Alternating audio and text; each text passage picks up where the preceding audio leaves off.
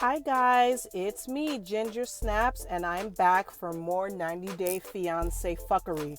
But before I begin, again, I just want to thank you guys for all your love and support. I really appreciate it. I put up a GoFundMe. I was hesitant to do so, but someone suggested that I do it because I don't get any other donations or cash apps or super chats. Maybe I should go live. I don't know. So I just put it up because I decided to take a mini vacation, just a weekend, to go away for my birthday. I felt guilty doing so at first because I have not been away from my kids since they were born. I have not ever taken a trip by myself since I've gotten married 10 years ago. And even for like past couple of years for my birthday, I've just been so down and out and depressed. I haven't done anything. I haven't celebrated myself. I just felt like I wasn't worth being celebrated because last year, I was going through the postpartum depression and stuff. So, yeah, and this year, this was the worst year of my life, literally. You guys, so much has happened. That's why my videos aren't consistent. I just had I just had a lot happen. I've just been going through a lot. Since the beginning of the year, there has not been like a whole month where I have not cried, and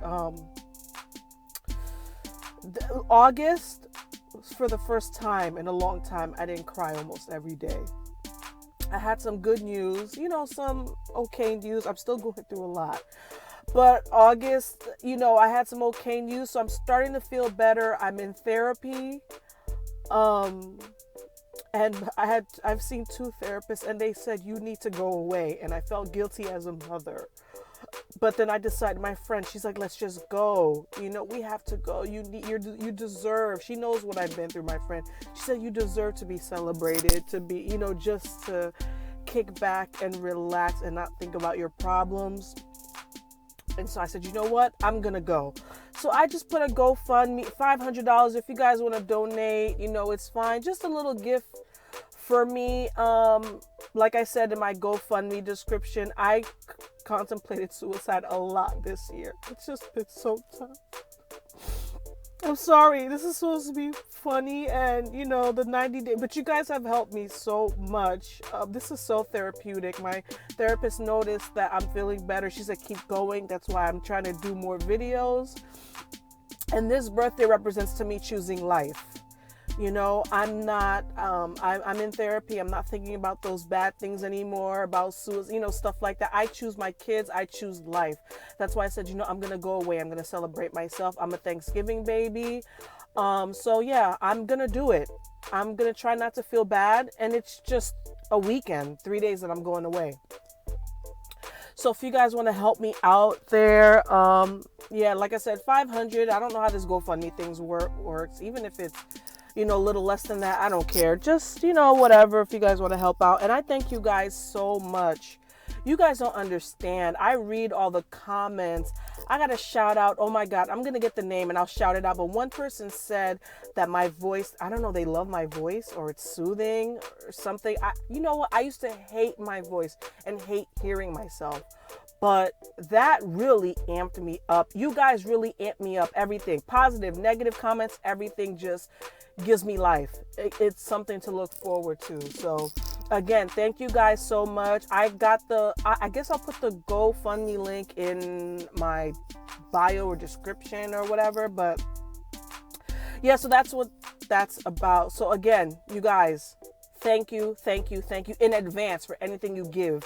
Thank you. And I'm choosing life this year. And anyone going through depression, I urge you, get help. Get the help you need. I'm a very cynical person. I'm a Sag. I never believed in talking to people or, expressing my feelings. But now this year I'm turning 36. I'm celebrating. I don't care anymore. I'm celebrating myself. I'm talking. I'm going to see my therapist. I'm just trying to be positive, look at the bright side, and just embrace life. So I urge anyone who's gone through, it doesn't have to be postpartum depression. It could be anything else. Just keep positive and look at the bright side and the blessing in life rather than focus on the negative. And that's what I did. I'm speaking from knowledge and experience. That's what I was doing. And now this year's theme and the theme for 2020 is choosing life, guys. So thanks. So let's move on to 90-day fiance fuckery. Let me dry my eyes real quick. All right. So let's see. Where are we? Okay, so this is 90-day fiance before the 90 days, season 3, episode 2. Okay, so we start off with Avery, all right, the girl that converted to Islam, and she, within the span of 6 months, converted and got engaged to someone from Syria. Okay, that's her storyline.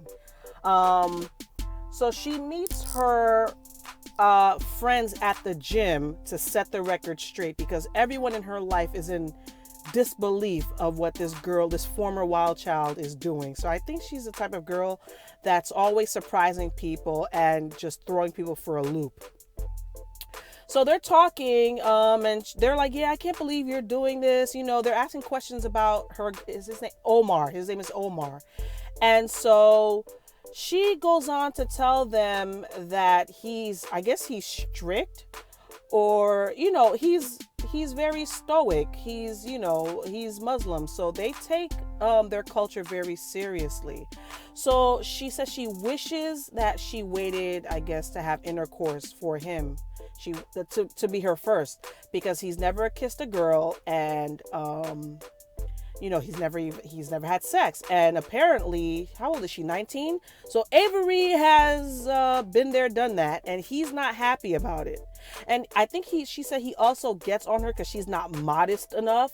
So she was complaining, girl, you are in for a cultural shock. Again, I don't know what is going through this girl's mind. I don't know if she's serious about this or if this is a game to her, but this is going to be culture shock. She seems like a free spirit. And again, I always say this. I wonder what sign she is, because I grew up I wasn't a wild child like she was, but I was open-minded, free-spirited. I was full of wonderment. I too went through a phase of, listen, I was not going to convert to no Islam, but I did visit a mosque, and I wanted to learn about their customs and their culture and their religion. So that's what I did, because I took a Middle Eastern course in college, and I actually went to New York City and visited a mosque. I prayed with them. I think they wouldn't let me in without my head covered. That all intrigued me, so I followed it. But hey, listen, that was for a day, and I knew that's not me. So it's okay to be intrigued and in awe of other people's religions, but to jump in fully and just make a rash decision and say, I'm going to do this. Nah, you can't do that, because you know yourself. And Avery, I don't think she could hang. Though they are very strict. Some customs are strict. You can embrace customs, learn about it, but doesn't mean you have to jump in head first. I love all cultures, guys. And I'm a cultural person. I'm Caribbean, and even the Caribbean culture, the Haitian culture, we have so many cultures people don't know about within our culture. I don't know if you know our history. I'm not going to go through the whole history, but we have German culture in our in our customs. Polish, that's a big thing. The Polish culture, because they were allies with us. We even have some Middle Eastern practices in our culture, because we had a whole bunch of Syrians and Lebanese people migrate to Haiti. So there's a lot of Haitians walking around with Lebanese descent. There's a lot of Haitians walking around with Polish descent. My mom's from the south of Haiti. I did her ancestry. She has a little bit of it came out as Russian or whatever, but that comes from the Polish sympathizers that were on Napoleon's side, and when they came over to fight against us, they actually joined forces with us. Even in our foods, we eat Russian. I hate beets, but we have a Russian salad that's a staple. We eat what do you call that thing? Stuffed cabbage. I heard that's a Russian or Polish thing. We eat that. Haitians love to play the accordion, polka music. We play that. So a lot of people don't know this. We have a lot of names, some of our people's names. There's a lot of Haitian people walking around. Their name's Vladimir, and that is a Russian what is it, Eastern European name. I almost named my daughter Ludmilla, which we found out that there's a lot of Ludmillas walking around that are Haitian, and Manushka, that is Russian Polish derived, which we didn't know. It's just part of our culture. You don't know until you do the research. I didn't name my daughter that because my mom was like, there's too many Ludmillas in our family already. So it was a redundant name. So, okay, that's a quick recap. So I'm just letting you know, I love culture. I love, whatever. I love Indian food. I love all that. But I'm not going to go to India, okay, and marry an Indian and try to cook their food. I'm not going to do that. Because Indian culture is strict too. Haitian culture is strict, but some other cultures, I know how to get down. I know how mine is. Mine is strict enough. A lot of cultures are even more. Some things they just won't accept. So anyway, Avery, as someone coming from, I don't know if Avery's mom was strict, if they have their own cultural mores. She doesn't know what she's getting into. So again, her future husband does not, he doesn't want to talk about her past. He's upset about her past and her not being a virgin, which is a big, big thing in some cultures. Even in the United States, that used to be a big thing back in the 60s, not so much anymore for some people. So, but basically she told her friends he better keep that same energy. Everyone's saying that now. Keep that same energy. He better keep that same sweet energy that he's keeping over the phone. I don't think he will. Avery, good luck. All right. You want to say he's going to keep, you better keep that same hijab energy, Avery. So anyways, yeah, she's done talking to friends, and now her mom comes out and she wants Avery to wear her wedding dress. I didn't know if that was a thing, guys. Do people still save wedding dresses to pass down to their children? I still have mine, but I was going to donate it. I don't know. So I guess that's still a thing, an American custom. So Avery said, no, I ain't wearing that shit because it's not proper enough. I think the shoulders are exposed. It's showing too much. And the mom's like, what the hell? Yes, mom. Some cultures you cannot. Listen, okay, I always bring things back to me, guys. I like to relate things, tell you about myself. When I got married, I had a tube dress, like a strapless dress. My mom said I cannot enter the church without a shrug, right? I could not. She wouldn't allow me. It's not proper, especially for Haitian culture. You have to be covered up as well. I could not. So my mom bought a shrug, which did not even go. I was so upset. But she made sure it was a nice, they had, Swarovski crystals lining it to kind of make it match with my dress. So I had to cover up. Afterwards, I ripped that thing off and went to the reception and partied my heart away. But so same thing here. She's not allowed to wear her mother's wedding dress. It'd have to be covered and, whatever. And so her mother was saying she doesn't want her to forget who she is. And so, and they keep blowing Avery up. The mother was like, Avery used to walk around here wearing booty shorts. Avery was booty rocking everywhere. What was Avery doing, y'all? Does anybody have old pictures? I need to see what was she doing? Because everybody describes this chick as a wild child. They make faces. It's just weird. But she used to walk around wearing booty shorts to her room. Her mom said sneak to her. I don't know, something about sneaking around. And the mother even, the mother's not happy. She said when she gets to Lebanon, she's not going to allow Omar disrespecting her daughter. Mom, listen, women are second-class citizens in some of those places. So I don't know how that's going to, she's American, so they might have some reverence, but a lot of places, they don't play that. They don't care who you are. And on another note, I wanted to make a note. Why is Avery in that scene? She looks so frumpy. Okay, you convert. Yes, I know you convert. It doesn't mean because you're wearing a hijab and you're covering up, it doesn't mean you have to turn into a frumpy McFrumpster. Again, I'm going to bring it back to me. One of my friends, she's from Bangladesh and she's Muslim.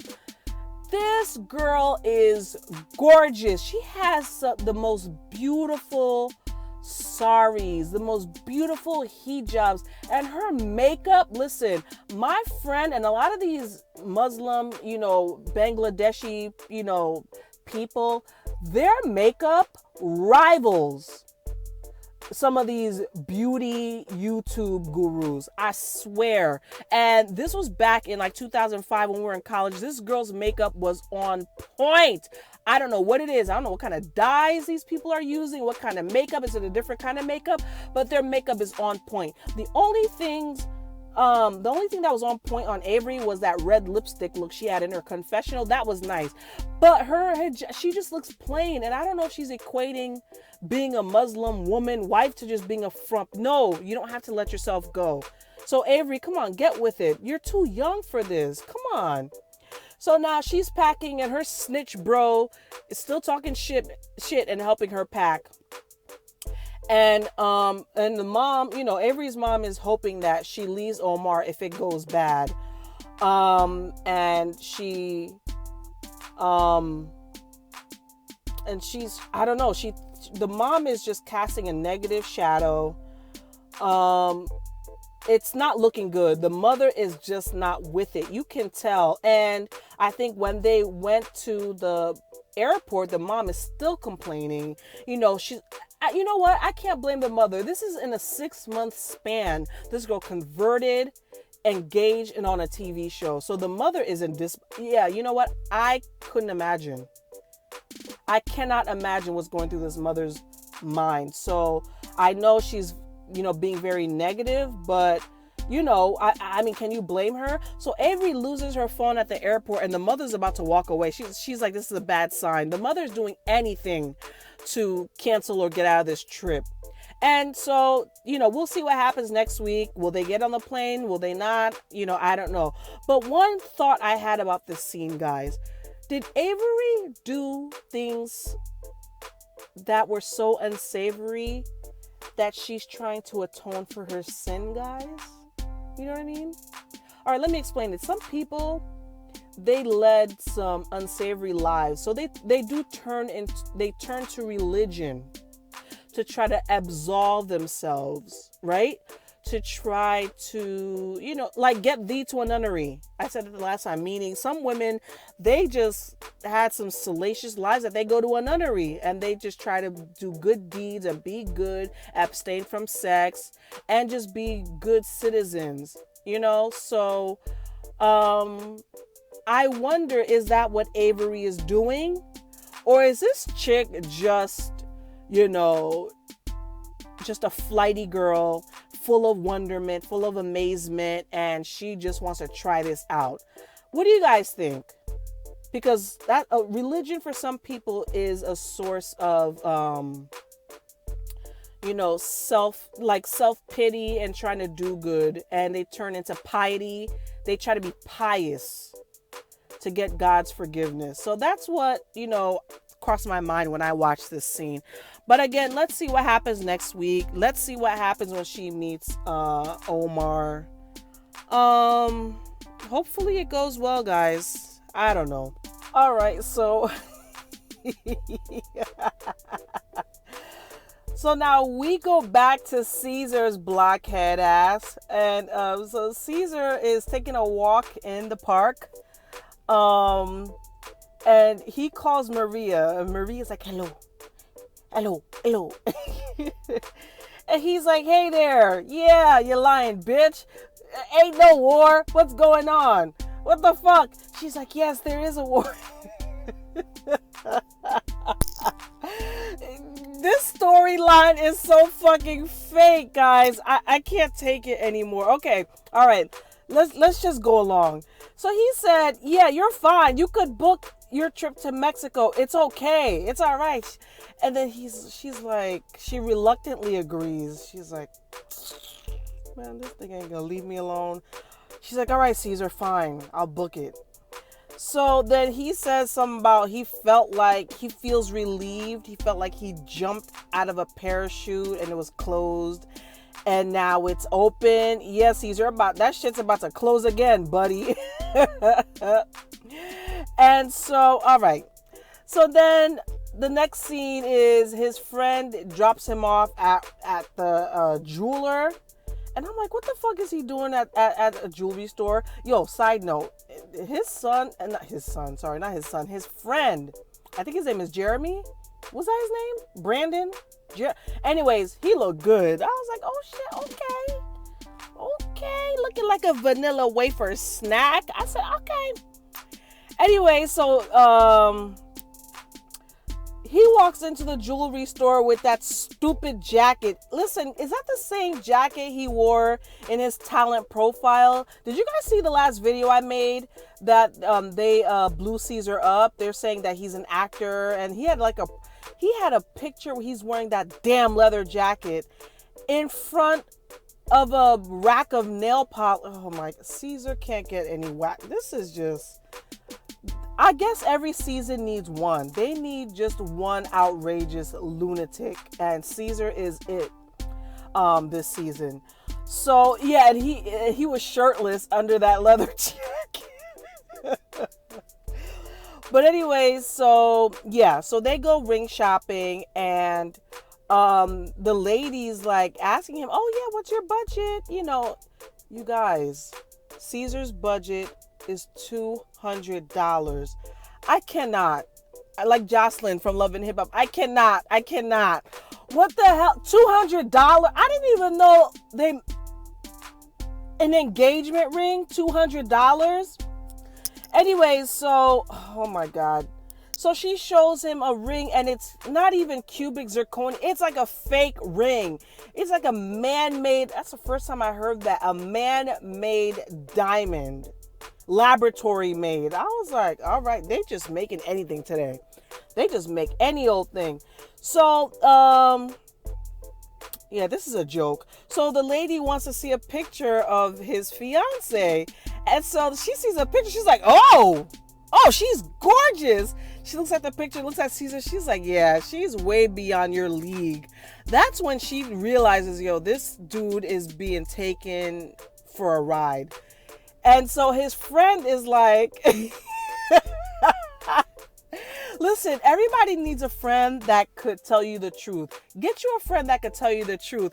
His friend's like, you really think this hot blonde wants your dumb ass? And Caesar's like, yeah. And his friend is like, you don't think she's doing this with other guys, just taking money? And Caesar's like, no, he doesn't think so. Whatever, Caesar. Yes, you do know she is, Caesar. And he's like, I gotta get to her. She's waiting for me.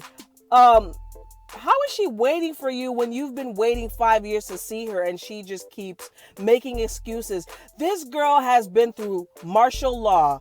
She has been through World War III over there in not Czech. Where is she from again? Ukraine. She's been through tsunamis. She's been through blizzards. She's been through earthquakes. And it's only in her neighborhood. Nowhere else. Nowhere else. That's why Caesar has not been able to see her. So Caesar, please, I hope he's playing dumb. There's no way. Even his friend is like, all right, dude, you know, just whatever. Some people you just gotta leave them alone and they'll learn on their own. Even the jewelry store clerk was like, I have a feeling he's gonna be back to return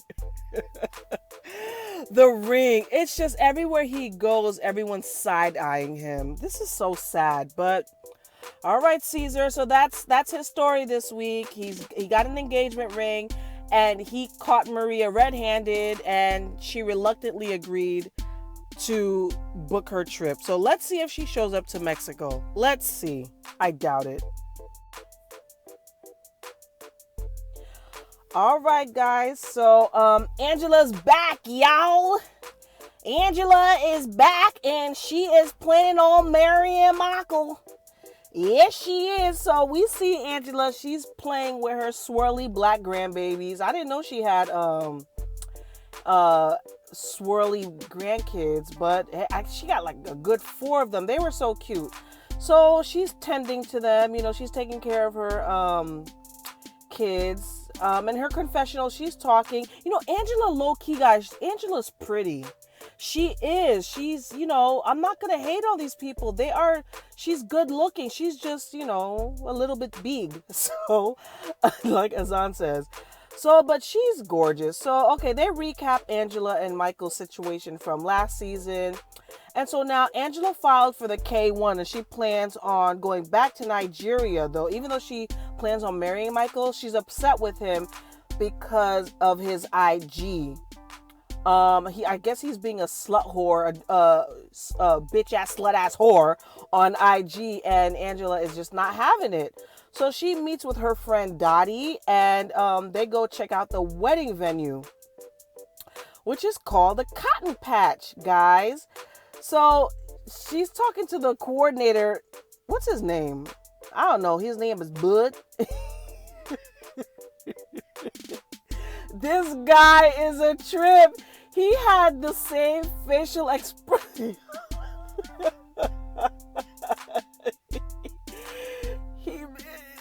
he just, all right, I gotta get through this. I laughed the whole time. His accent, I don't know if he put an extra southern sauce on his accent, but his accent was bananas to the point where they needed subtitles.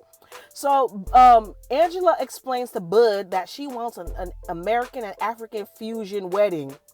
And Bud side-eyed her. He was like, what? So he says, yeah, of course, the American side, they could do a nice American wedding. And so she said, what about the African? He said, he said, they could barbecue a goat and they could decorate Africa as best as he could. And I know on Instagram, people were going ham about the goat comment. But guys, again, bring it back to me. I eat goat. Caribbeans, Haitians, we eat goat. It's called tasso. It is good. And we, I don't know what, they fry. I guess we fry it. Goat is good, guys. Goat is good. It's like fried pork, but it's fried goat. So I don't know if in Africa they eat that, but we eat it in the Caribbean, and it is good. So, yeah, they said they said he could barbecue a goat, and that's Bud's idea of an African wedding. I don't think he was too far off. So Angela's like, okay, yeah, I just want, I want that African fusion wedding. And then he said the line of the century. He said, pick your sin and I'll help you accommodate to it.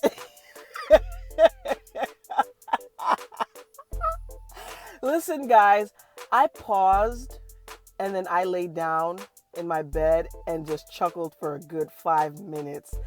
Listen, I'm in the Northeast and it's just so different. The different parts of this country, like you got the East Coast, the West Coast, you got Central, you got the Midwest, you got the Southern part. It's just, I don't know, it's just amazing. I know there's so much going on politically in this country and all this other crap, but we just got to learn to just learn about each other, accept. That was a crazy accent. And I didn't know Georgia, because I have family in Georgia, in Atlanta, and they don't talk like that, but I don't know, maybe different parts, but it's just crazy. And I know the only time I went Southern, I think, because my church, oh my God. Anyways, the church I grew up in, they were very country. So we had a white country branch of our Haitian church, and we went to go see them in Kentucky. We went to Louisville, Kentucky, and when I tell you it was so country, the women had their hair piled up on top of their heads. They weren't allowed to cut their hair, and they had to wear collars. These people were dressed like they were back in the 1800s. And I remember some women married. If you were married, you had to wear one hairstyle, and the others you had to wear another kind of hairstyle. They served us iced tea. It was disgusting.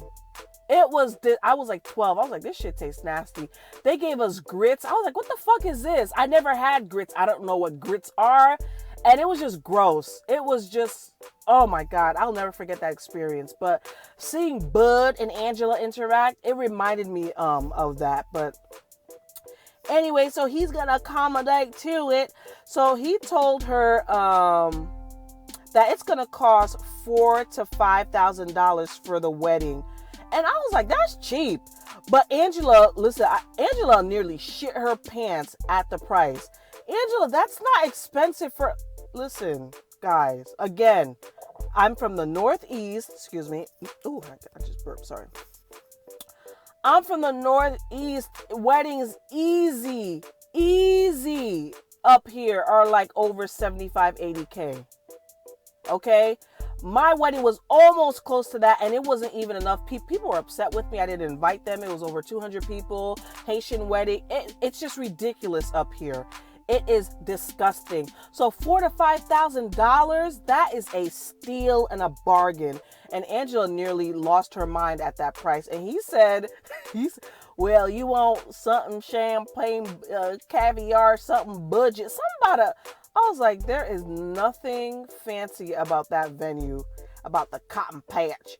But anyway, so she almost, I don't know, Angela has to come up with the money for that. And then so she has lunch with her daughter Skyla, and I thought she said Skylar, but her name's Skyla, and I thought that was an interesting name, maybe a Southern name. And so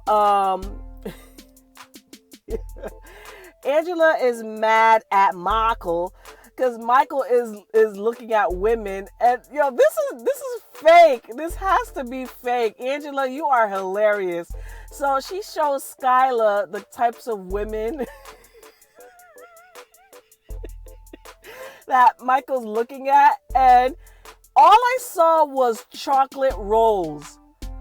I saw the biggest fat black back. It was just rolls on top of I was like, what the? This is a joke, guys. Again, these producers must be laughing their heads off. And some chick's profile with her back out. Who does that? I'm not showing my fat back on social media. And then Angela said the only fat back Michael should be looking at is her fat back. Yo, you guys, I love Angela. I love her, but she's mad because Michael is looking at fat black backs on IG. And Skyla has like a very, I don't know, monotonous facial expression. I don't know. So she was just not impressed. And anyway, so then that's when Angela asks Skyla to borrow her eggs? Because Michael wants to have a baby, and Angela has to fulfill her Nigerian requirements. First of all, this is stupid. Why are we even talking about this? Angela, you are not having a baby. Okay? So the daughter, Skyla's like, no, you can't borrow my Georgia eggs. And Angela's like, no, yeah, I need your eggs. I'll tote the baby. She said tote. She said, I tote it in my Georgia uterus, but I need your Georgia eggs. And then Skyla's like, all right, well, I'll think about it.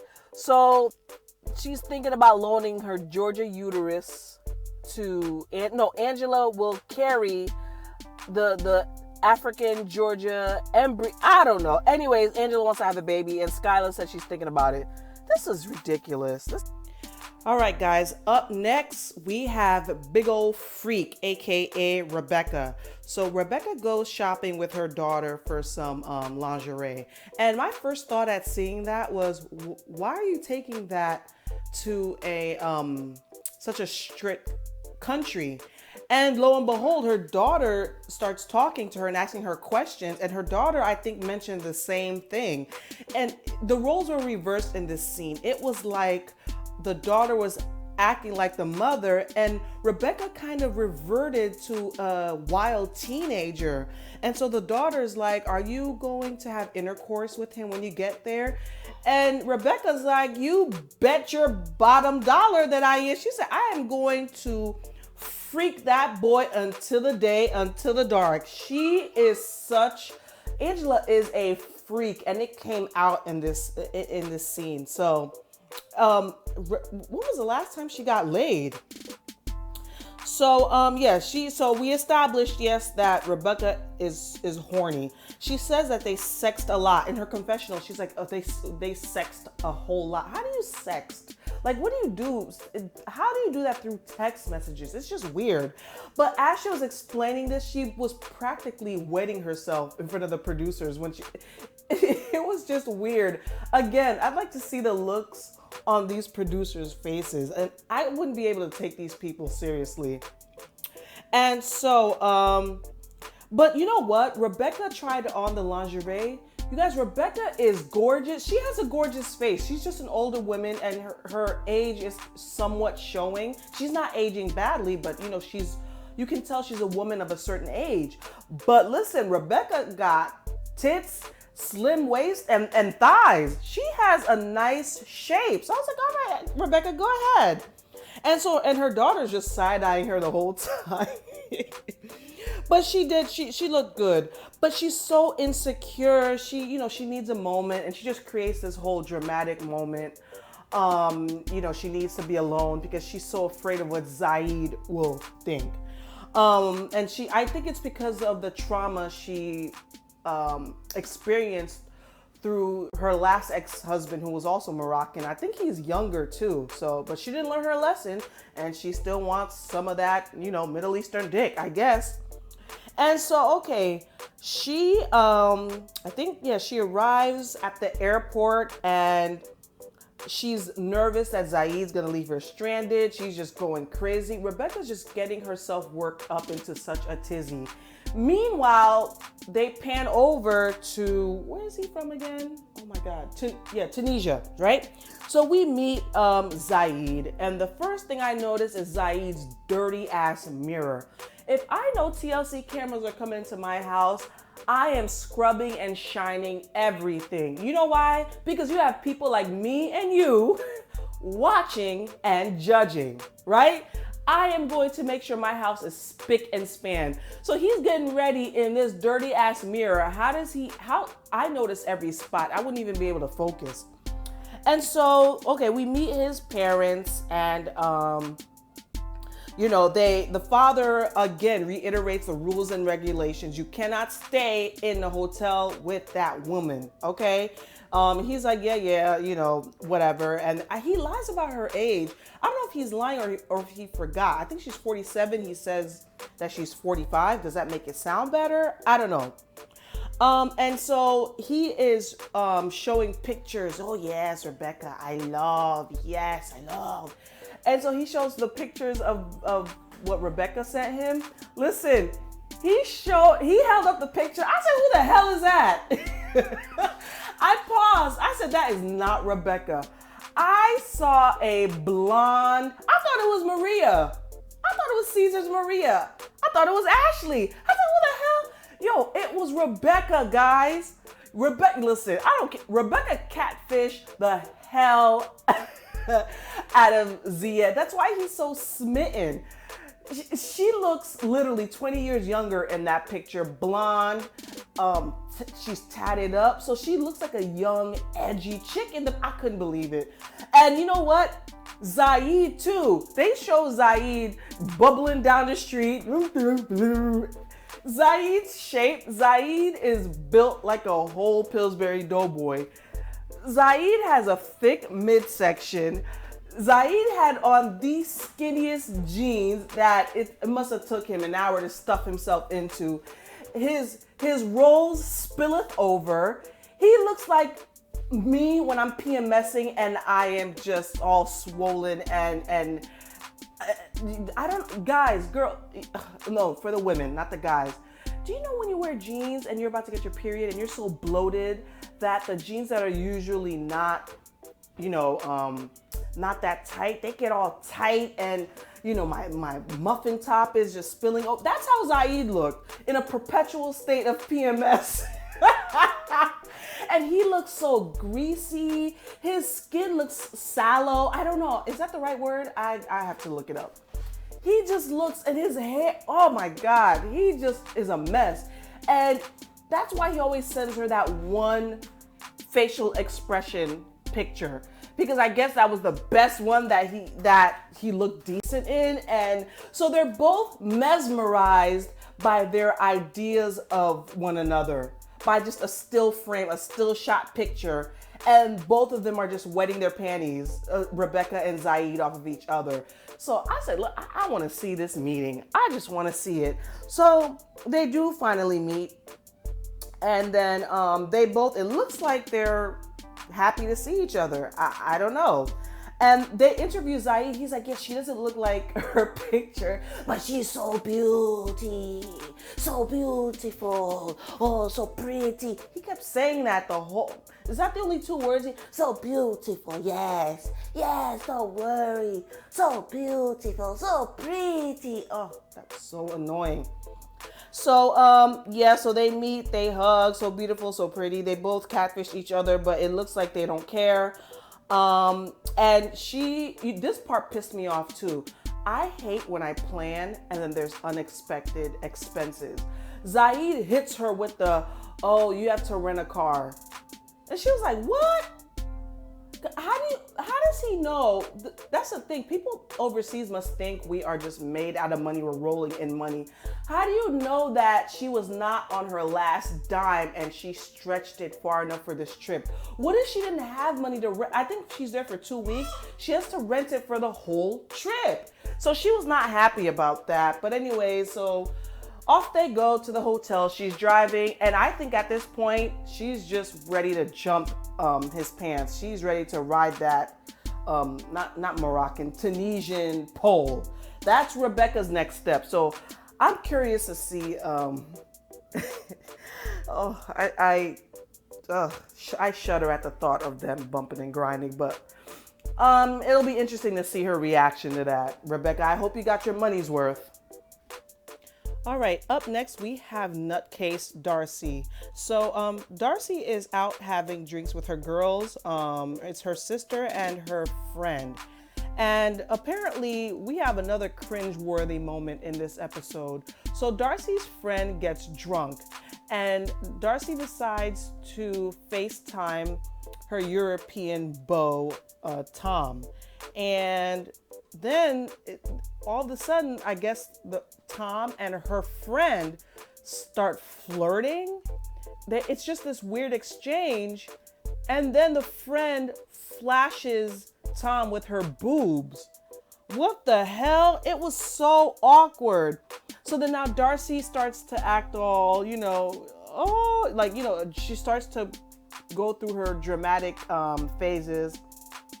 And then her friend is like, relax, no, this time I'm on Darcy's side. Are you serious? I couldn't imagine my friend flashing my boyfriend. That's just awkward. And this should be a warning sign for Darcy. But anyway, so now we've pan over to her packing for Europe to go meet her boo.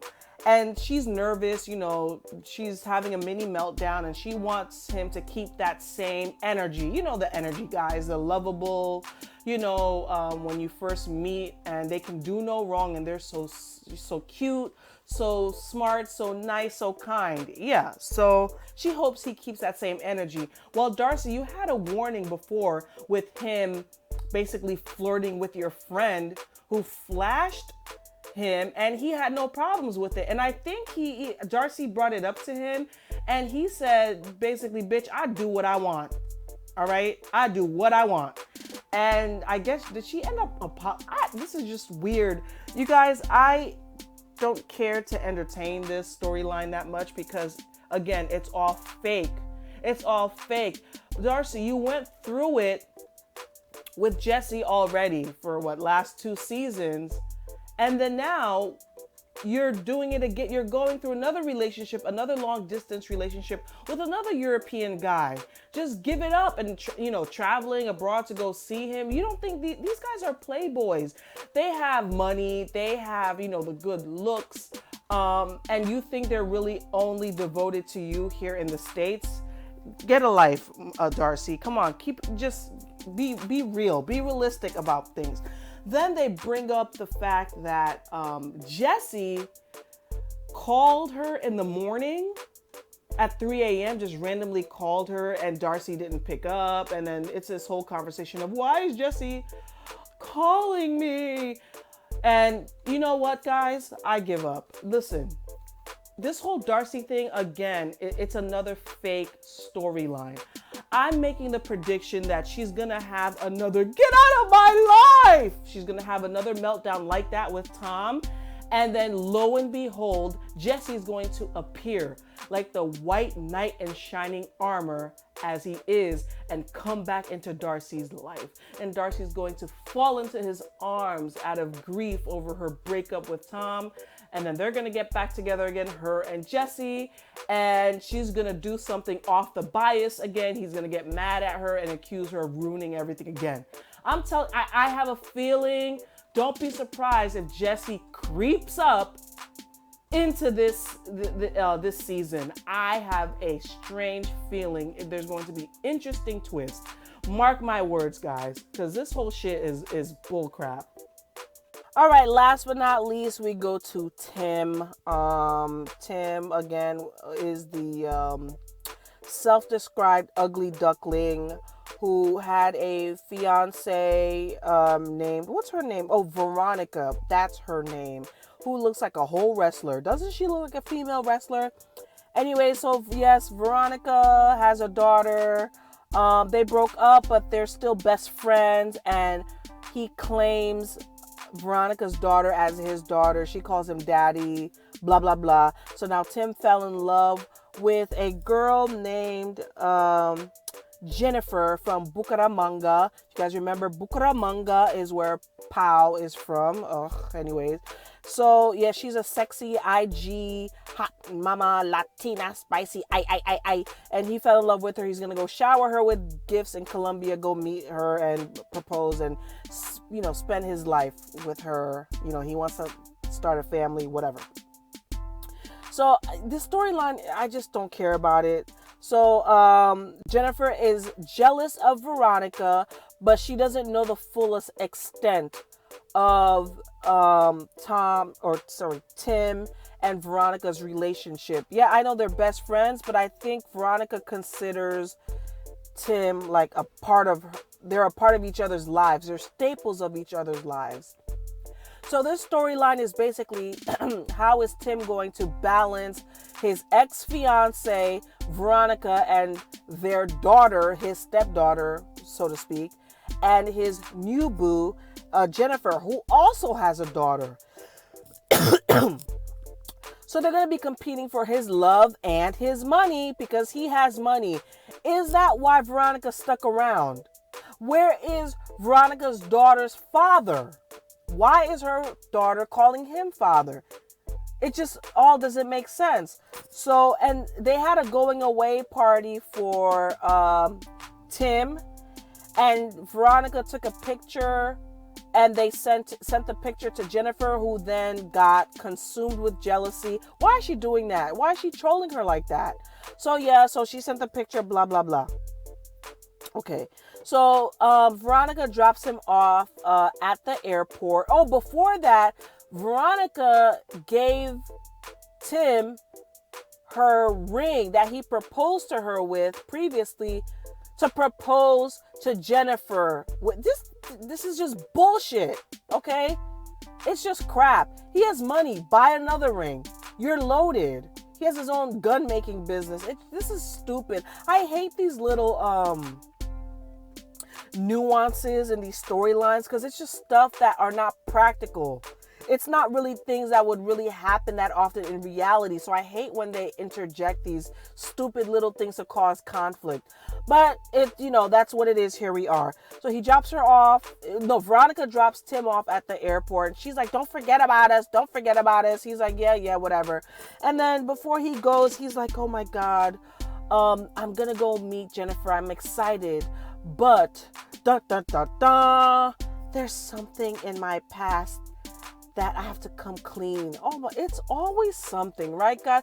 What could possibly be in Tim's past that he has to come clean to Jennifer about, and that will make Jennifer freak out and not want to be with him? Why are you guys not honest up front with your long distance relationships? I mean, come on, guys. It's deceitful. It's deceiving. It's just everybody has will they accept? Oh, I did something. What did you do? All right. We got Avery, who apparently was slutting it up all over the States, right?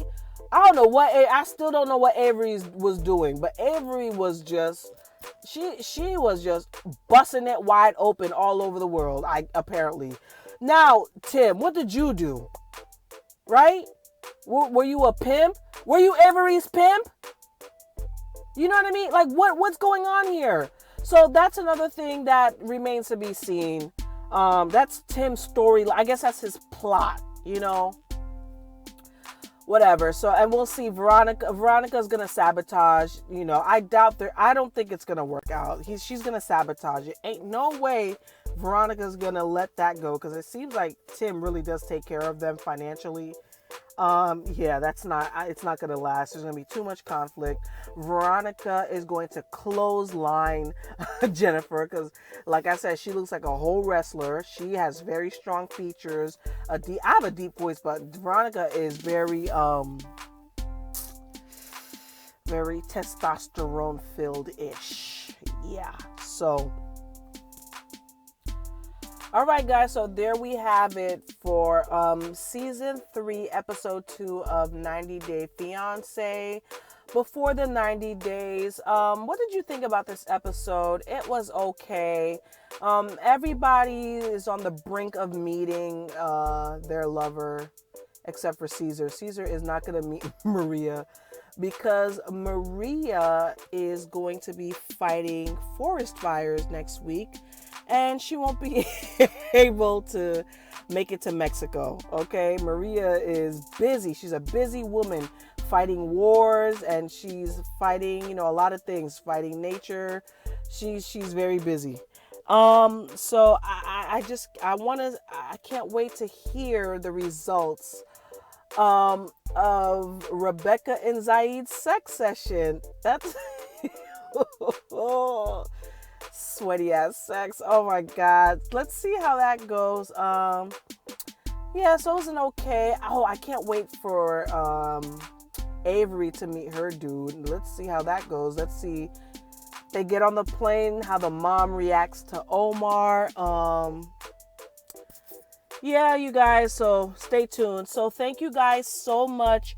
Again, please don't forget, if you want to donate to my GoFundMe, please do not forget to like and subscribe. And guys, click your notification bells, because sometimes the videos, even though I post them, they won't pop up. I don't know. YouTube is weird and they're always changing something.